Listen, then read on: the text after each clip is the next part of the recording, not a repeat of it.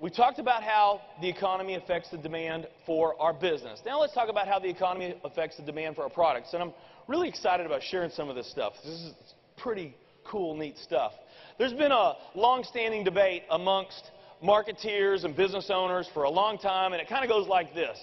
Is it better to market a product that fulfills a want, or is it better to market a product that fulfills a need? A want product's kind of like chocolate. You don't need chocolate, but you want chocolate, right? Water, it's a necessity of life. You need water. Now, those on the want camp, what they'll almost always say is, people will buy what they want before they'll buy what they need. And you know what? There is definitely some truth to that. The fact is, there's really good arguments on both sides. What's interesting about leisure travel is leisure travel has qualities of both a want product and a need product. On the need side, there's definitely something to be said for people and their quest for overall well-being, health, sanity, okay? There's some good arguments there that leisure travel does have need qualities. But I think we'd all agree that overall, leisure travel is more of a want product.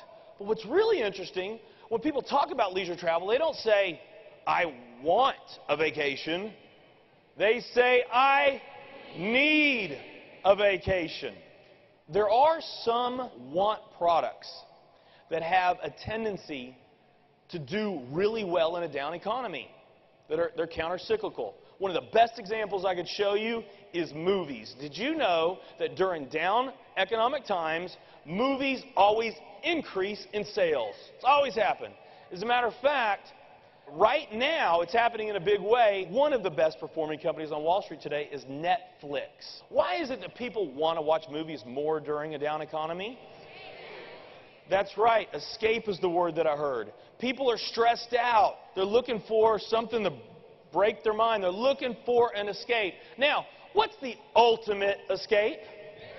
A vacation, of course. The thing is, though, in a down economy, a lot of times there's some people that think, you know, I just don't have the money to go on a vacation. Well, that's where we get to come in.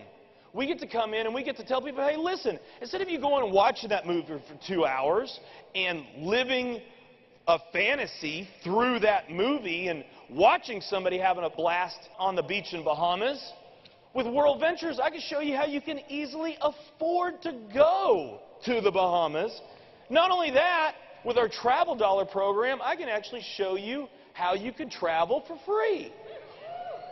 Now, here's the point right here that I want you to make special note of. When finances are tough, when the economy's down, the desire for leisure travel only goes up. It is higher than at any other time. Why is that? Because people are looking for and they need an escape, and a vacation is the perfect escape. Okay? Now, if travel sales as an industry, if the sales do decline, which I will tell you rarely occurs, unless we're in a pretty serious recession like we are now. If travel sales as an industry go down, a couple things happen that really play to our favor. The first one has to do with our suppliers. Now, our suppliers are very different from like a traditional manufacturing company. Let's say that you owned a men's shirts manufacturing company, and the demand for men's shirts goes up. When that demand goes up, you start to produce and manufacture and sell more shirts.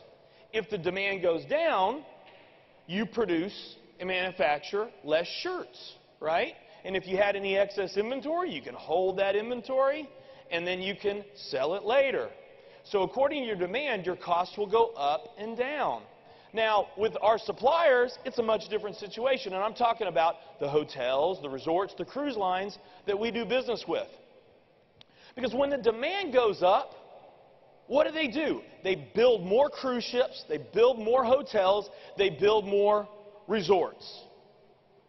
When the demand goes down, here's their costs. Demand goes down, their costs don't go down for the most part.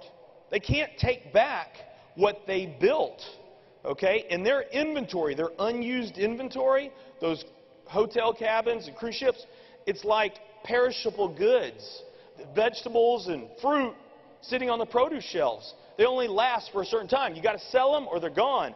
They have the exact same situation. So this puts them in a not so good situation if travel sales go down for them. Okay, because the way we do business, or one of the ways we do business since we've launched this company, is we go out, we reach out to our suppliers, which we have really good relationships with, and we negotiate the very best prices we can in behalf of our members, and we're able to get some amazing rates because of our business model. What's happening more and more, and it's only increasing, instead of us now reaching out to them, they're calling us up. And let me tell you something, that does put us in a better negotiating position, and they are much more motivated to work with us on price. So it's a real win for us. We get better pricing. And one of the reasons why they're calling us up, by the way, is because they know we have a very unique, special ability. If there's a week or a month or whatever that is really low in sales, we have the ability to put a lot of people at that location and on those dates in a way that no other company can. So our suppliers are our partners. We get a chance to go and we help our suppliers. They need us. We fill a need. We become the hero to our suppliers. We get better pricing for our members. We become a hero for our members. And the value of the product only goes up, making it easier for you to sell the product.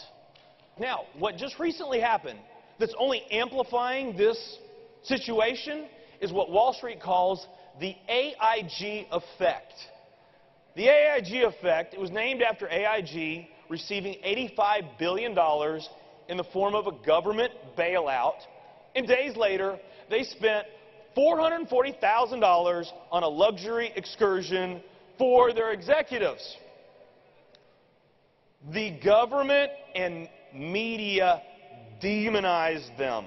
They were slaughtered in the media for this, and all the publicly traded companies out there were watching very carefully. So they have put the brakes on corporate travel in a big way. Now, fortunately for us, we're a leisure travel company, so it doesn't really affect us. Who does it affect? Let me tell you something. There's a lot of 5-star and 5-diamond beautiful hotels and resorts that their number one customer are the IBMs of the world and these publicly traded companies. So again, they're in need of us more than ever. So what you can expect to see in the future is a program and pricing that's just going to continue to get better and better and better and more in need in today's times.